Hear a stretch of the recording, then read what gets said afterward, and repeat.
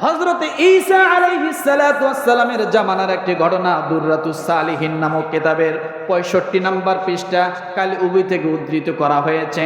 ঘটনাটা যেমনই হোক না কেন এখান থেকে একটা শিক্ষা আমাদের জন্য আছে। বলবো কি? ঈসা আলাইহিস সালাতু ওয়াস সালাম কোন এক রাস্তা দিয়ে সফরে পা করে যায়। আল্লাহর বান্দা হযরত ঈসা আলাইহিস সালাতু ওয়াস সালামের হাতে একটা লাঠি। এই লাঠি নিয়ে পাহাড়ের চূড়ায় কখনো উঠতে হয়, আবার নিচে নামতে হয়। ঠেক দিয়ে দিয়ে নবীদের সুন্নত ছিল, তাদের হাতে একটা করে লাঠি ছিল। ছিল কি ছিল না? সব নবীদের হাতে কম বেশি একটা লাঠি ছিল। ও মুসলমান, হযরত ঈসা আলাইহিস সালাতু ওয়াস সালাম পাহাড়ের চূড়ায় উঠলেন, আল্লাহর নিয়ামতগুলো দেখতেছেন। হঠাৎ করে পাহাড়ের চূড়ার মধ্যে একটা কি যেন ঝলকালো। হযরত ঈসা আলাইহিস সালাতু ওয়াস সালামের চোখের মধ্যে আলো ঝলকে গেল। হযরত ঈসা আলাইহিস সালাম চোখটা বন্ধ করে ঝাড়া দিলেন। আমি কি দেখলাম? বারবার কেন জানি একটা আলো হযরত ঈসা আলাইহিস সালাতু ওয়াস সালামের চোখের মধ্যে লাইট মারতেছে। হযরত ঈসা আলাইহিস সালাতু ওয়াস সালাম পা করে সামনের দিকে অগ্রসর হলেন। হওয়ার পরে আলোটা ধরে যখন সামনে গেলেন, যে দেখে খুব সুন্দর একটা পাথর। এত সুন্দর পাথর ঈসা আলাইহিস সালাম আগে দেখে নাই। কষ্ট হচ্ছে? পাথরটা দেখার সঙ্গে সঙ্গে হযরত ঈসা আলাইহিস সালাতু ওয়াস সালাম পাথরের সঙ্গে মায়ায় পড়ে গেলেন, ভালোবাসায় পড়ে গেলেন। হযরত ঈসা আলাইহিস সালাম পাথরের কাছে বসে গেলেন। এরপরে আবার ভয় পাচ্ছে, এটা পাথর না অন্য কিছু। লাঠি দিয়ে একটু লাড়া দিলেন। লাড়া দেওয়ার পরে দেখে না সত্যিকারের পাথর।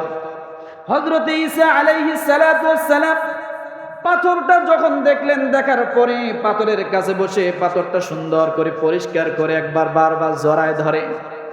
চিন্তা করে পাথরটা পকেটে নিব না ব্যাগে নিব না কেমনে নিব, পাথর ছেড়ে যাব না নিয়ে যাব। ডানে তাকায় বামে তাকায়, আবার কেউ দেখে নাকি। হঠাৎ করে পাথরের দিকে যখন তাকালেন, পাথরটা রেখে হযরত ঈসা আলাইহিস সালাম আশ্চর্য হয়ে গেলেন। কে যেন গায়েবী আওয়াজ দিয়ে ডাক দিয়ে বলেন, ঈসা।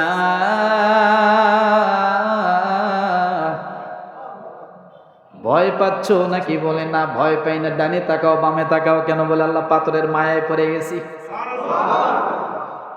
14 ফেব্রুয়ারি তো না যে গোলাপ ফুল দিব। আজকে কত গোলাপ ফুল বিক্রি হলো, কেউ তো একটা গোলাপ ফুল আমারে দিল না।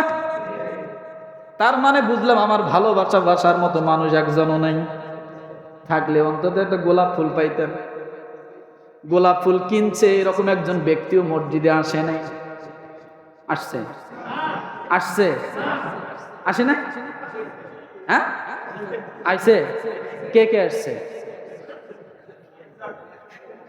রাগ করলেন? ও মুসলমান, গোলাপ ফুলটা কিনতে যায় গোলাপ ফুল রিসার্চ করেছিলেন গোলাপ ফুলের ঘেরান আছে কিনা, গোলাপ ফুলটা লাল আছে কিনা, নাকি একটু ঝিমায় গেছে, ঝিমরায় গেছে, অথবা একটু মলিন হয়ে গেছে, ডিসকালার হয়েছে। ডিসকালার হলে গোলাপ ফুলটা নেননি। এরপরে ঘেরান না থাকলেও নেননি। অথবা লাস্টে গিয়েছেন ঘেরান না থাকলেও একটু লাল দেখে নেওয়ার চিন্তা করছেন, কিন্তু মরাটা কেউ নেওয়ার চিন্তা কখনো করেন না। ও মুসলমান, একটা গোলাপ ফুল নিতে গেলেও যদি তার ঘেরান দেখতে হয়, একটা গোলাপ ফুল নিতে গেলেও যদি তার টকটকা কালারটা দেখার পরে আপনি নেন, আমার আল্লাহ ডাক দিয়ে বলে, বান্দারে তুমি যখন মরে যাবে তোমার দেহটা দিয়ে আমি কি করব? তোমার দেহের মধ্যে যদি ঘেরান না থাকে, তোমার দেহের ভিতরে যদি নূরের আলো না থাকে, ওই দেহ দিয়ে আমি আল্লাহ কোনো কাজে আসবে না। বুঝেন নাই মনে হয়?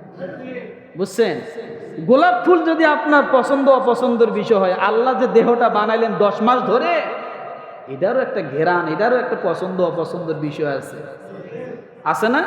সারা জীবন শয়তানি কাজ করলাম, মরার পরে বলতেছি বিসমিল্লাহি ওয়া আলা মিল্লাতি ইয়া রাসূলুল্লাহ। এরপরে হুজুর ডাকো, জানাজা দাও, কবর দাও, দোয়া করো, কত কি হারাম, কত কি শুরু হয়ে গেল। আল্লাহ বলে এগুলা মরার পরে করে কি হবে? জীবিত থাকা অবস্থায় কপালটা যেটা আমি 10 মাস ধরে বানাইলাম, ওই কপালটা তুমি যদি 1 মিনিটের জন্য সেজদায় দিতা, আমি আল্লাহ তামাম দুনিয়ার সুপারিশ নিয়া তারপরে তোমার কবরে ঢুকাই দিতাম। তুমি যখন কবরে ঢুকাই যাইতা, এরপর জাহান্নামের আযাবের ফেরেশতা যখন আসতো, এই দুনিয়ার জমিনই তোমার জন্য সুপারিশকারী হয়ে যাইতো। জোরে জোরে জোরে।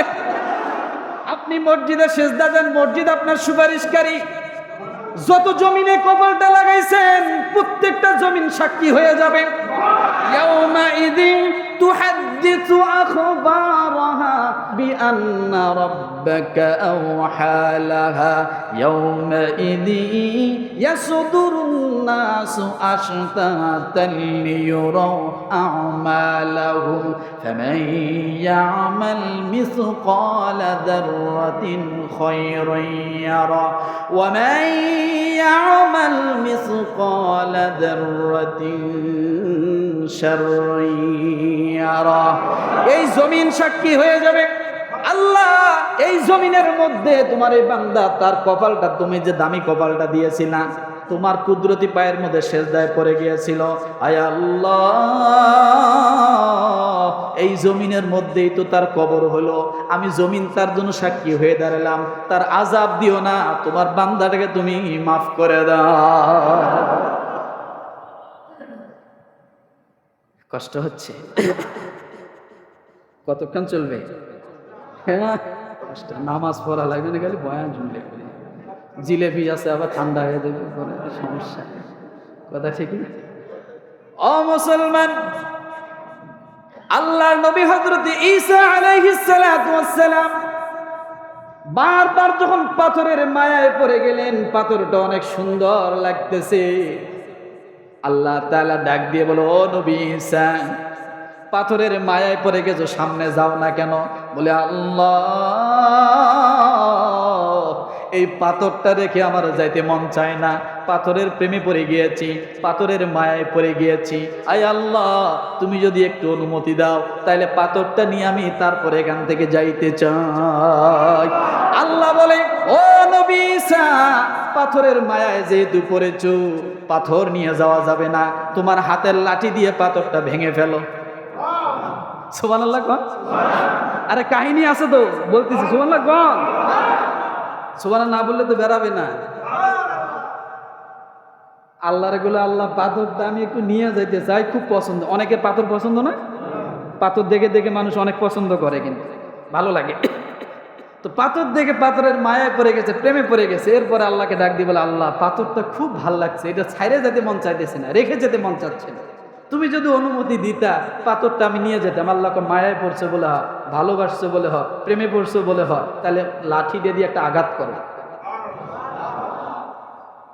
ঈসা আলাইহিস সালামটা কি হলো? এটা না বলতাম তাই ভালো ছিল, এমনি দেখতাম প্রতিদিন আইসে, তাও ভালো ছিল। কথা ঠিক না? নিতে না চাইতাম, তাও তো এখানেই থাকতো।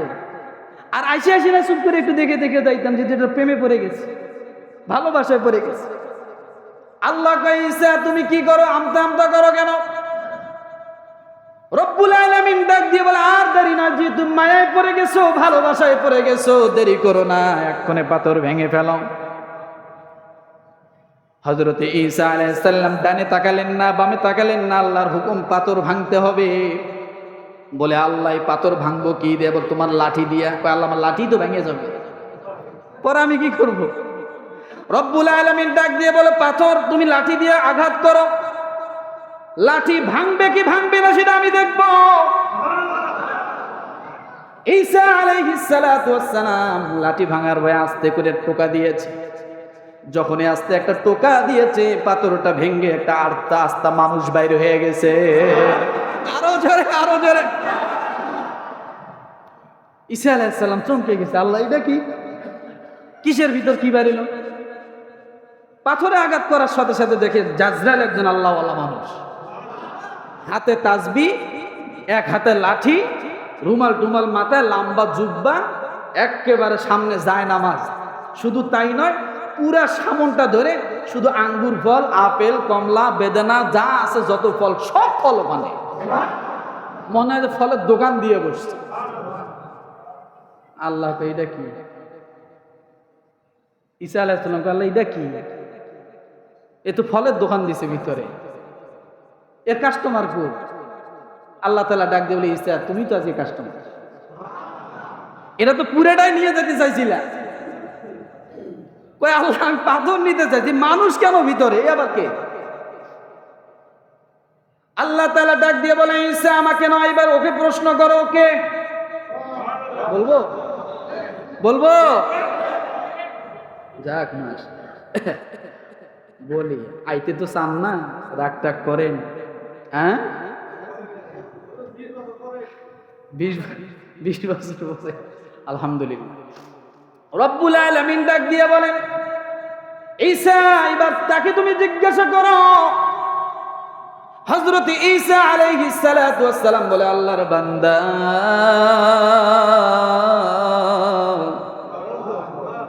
কে তুমি, কি তোমার পরিচয়, কতদিন ধরে তুমি এখানে, তোমার সামনে এগুলা কি?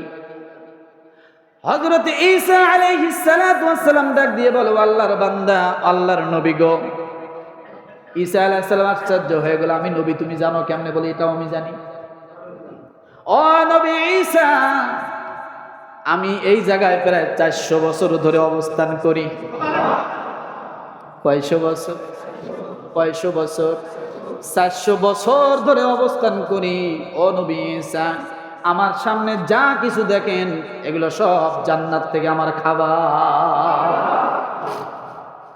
হযরত ঈসা আলাইহিস সালাতু ওয়াস সালাম আশ্চর্য হয়ে গেল, তুমি 400 বছর এখানে কি করো? বলে এই যে দেখেন হাতে তাসবিহ, কোনো কাম নাই, খিদা যখন লাগে ফলের তোরা এখানে চলে আসে, আমি ওখান থেকে খাই আর তাসবিহ গুনি আর আল্লাহ আল্লাহ জিকির করি। ডাক দিয়ে বলে, তুমি পাথরের ভিতরে কেন? ও নবী ঈসা, আমার মায়ের দোয়া, আমার মাকে আমি ভালোবেসেছিলাম, মহাব্বত করেছিলাম, আমার আল্লাহর কাছে মাজায় নামাজ বিছিয়ে দোয়া করেছিল, আল্লাহ আমার সন্তান আমাকে সব সময় কোলে করে নিয়েছে, মাটিতে রাখে নাই পিঁপড়ায় খাবে, মাথায় রাখে নাই পাকিয়ে ঠোকর দিবে। আয় আল্লাহ, যত যত্ন করে আমার সন্তান আমাকে লালন পালন করেছে, আমাকে নিয়ে বেড়াইছে, শেষ বয়সে আমি মা হয়ে আসল বিছিয়ে দোয়া করি, আমার সন্তানকে তোমার কুদরতি কায়দায় তার কবরের ব্যবস্থা করে দিও, জান্নাতের ব্যবস্থা করে দিও।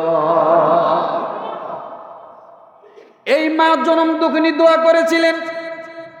আমি নদীর কিনার দিয়ে চলে যাই, হঠাৎ করে আমি নদীর কিনার থেকে যখন পড়ে যাই, ওই সময় আমি নদীতে পড়ে যাই, একটা পাথরের ভিতরে ঢুকে যাই। ওই পাথরটা আল্লাহ কুদরতি ইশারা এখানে নিয়ে আসছে। 400 বছর ধরে আমি এই পাথরের ভিতরে আছি নবী ঈসা। এবার হযরত ঈসা আলাইহিস সালাতু ওয়াস সালাম আশ্চর্য হয়ে গেল, আয় আল্লাহ, আমার জানা মতে এই ব্যক্তির থেকে উত্তম মানুষ আমার জামানায় আর কেউ নাই। এই ব্যক্তির আমলের মতো আমল আর কারো হবে না। 400 বছর আগে ধরে তোমার তাসবিহ পড়ে, 400 বছর ধরে নামাজ পড়ে, 400 বছর জান্নাতের খাবার খায়। আমার ধারণা এই ব্যক্তির মতো মানুষ আর কেউ হবে না দুনিয়ার জমিনে। আল্লাহ তাআলা ডাক দিয়ে বলো, ও নবী ঈসা, তোমার ধারণা ভুল, তোমার ধারণা ভুল। কার ধারণা ভুল? আল্লাহ বলেন তোমার ধারণা ভুল হয়েছে। হযরত ঈসা আলাইহিস সালাতু ওয়াস সালাম সিজদায় পড়ে গেলেন। রব্বুল আলামিন সিজদার মাঝে তাকে দেখায় দিলেন এই ব্যক্তির 400 বছরের ইবাদত, আর আমি আল্লাহ তাআলা এমন একজন নবী দুনিয়াতে আনব, ওই নবীর উম্মতরা জীর্ণ শীর্ণ হবে, তাদের ভালো কোনো পোশাক থাকবে না, ভালো কোনো খাবার থাকবে না, দুনিয়ার ঝামেলা মাথার মধ্যে থাকবে, ব্যবসার টেনশন থাকবে, চাকরির টেনশন থাকবে, বউ বাচ্চার টেনশন থাকবে তাদের মাথায়।